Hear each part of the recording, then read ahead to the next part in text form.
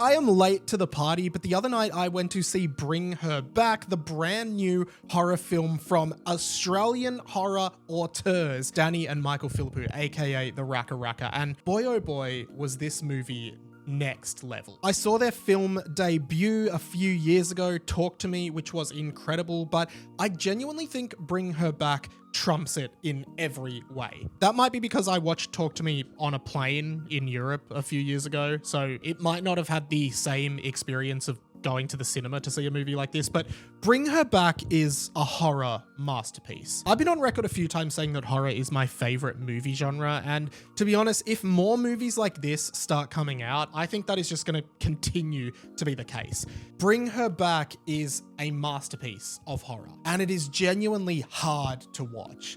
And that's what makes it so great. What's up guys, Mike here. Welcome back to the channel. Make sure you hit the subscribe button for more content like this. Let's do it. It is pretty incredible what the Philippou brothers have achieved since their days posting stunt videos on YouTube. I used to watch those videos and now I'm going to a cinema to watch an Australian film filmed in this country that is absolutely turning heads all around the world. I want to start off by saying that casting Sally Hawkins in the lead role here was such a great decision. She absolutely shines. More on her later, but I actually didn't realize this while watching it, but she is the lead character in The Shape of Water, which is a fantastic kind of sci-fi, romance, horror, abstract mix movie. In that movie, she plays a completely mute woman, and I don't think she says any lines in the movie, except for one interesting scene, but you probably know it if you've seen it. This movie is downright creepy from the start, and I think Hawkins' performance really leads to that. She's not necessarily conventionally attractive. She's, especially the way costuming and makeup have sort of presented her in this, she looks a little bit mad, like an old cat lady kind of vibe, and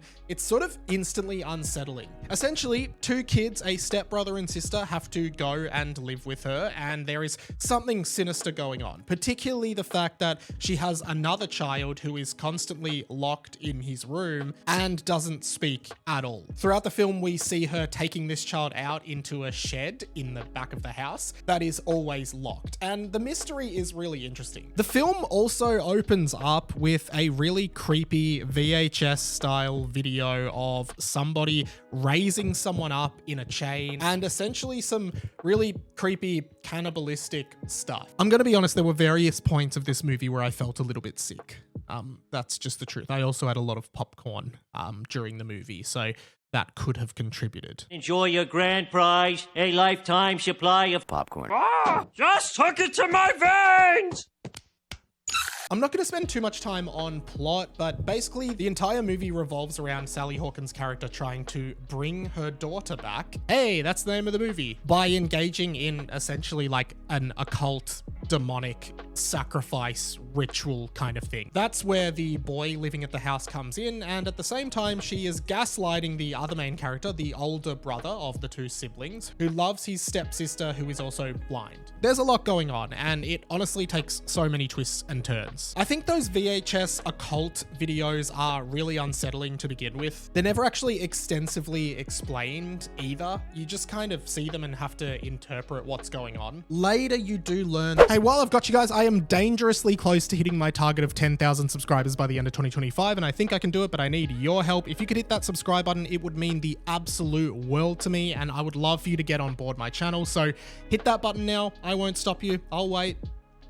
Okay, back to the video, thanks. Later, you do learn that the ritual essentially involves three things. A being to harbor the demon. That being will then eat the flesh or the corpse of the dead person, and then I guess regurgitate that into a new body, which is the younger sibling character. You also need to replicate the death of the first person, which in this case was drowning in the pool. But we then have to think back to those VHS videos where someone was hoisting someone up in a chain, essentially hanging them, which is very creepy because it kind of suggests that that person took their own life and someone wanted to bring them back. This movie definitely has the kind of psychological and creepy horror that you kind of see in movies like Midsummer or Hereditary, but there is also a lot of gore. like a lot of gore, particularly from the young boy, Ollie, who is the mute demon harboring boy. Ollie is played by Jonah Wren Phillips in what I can only describe as one of the greatest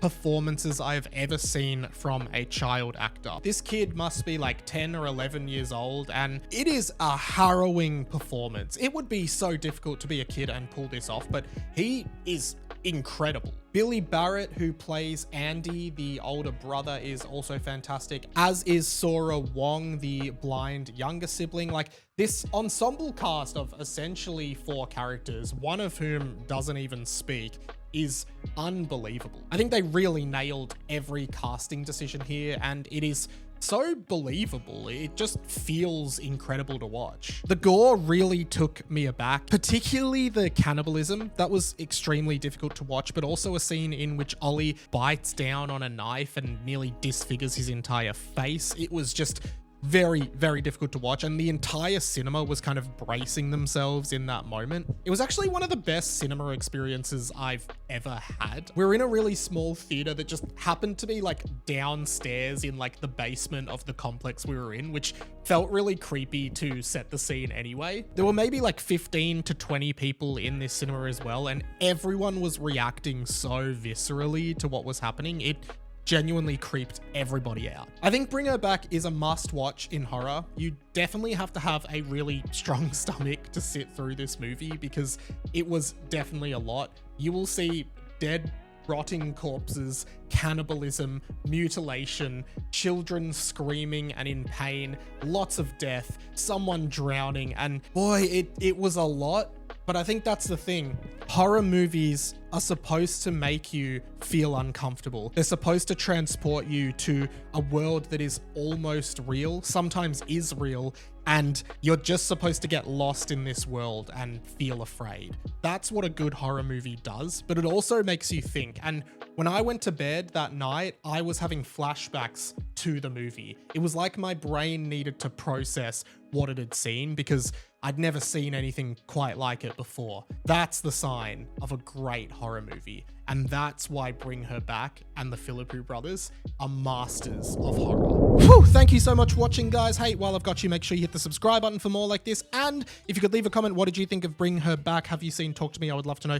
If you made it to the end of the video, but you have nothing to comment, but you want to help me out in the algorithm anyway, just comment below RackaRacka. That way I know you made it to the end of the video and you're still here watching. While I've got you, I'm all over the internet doing dumb stuff that I think is cool. All my links are down below. And if you like this video, you might like this one too. But if you just want to binge watch a bunch of my videos, there's a playlist I've left for you right here. I won't stop you or judge you. That's pretty much it from me, guys. My name's Radio Mike. This has been The Inside of My Mind, and I'll catch you later.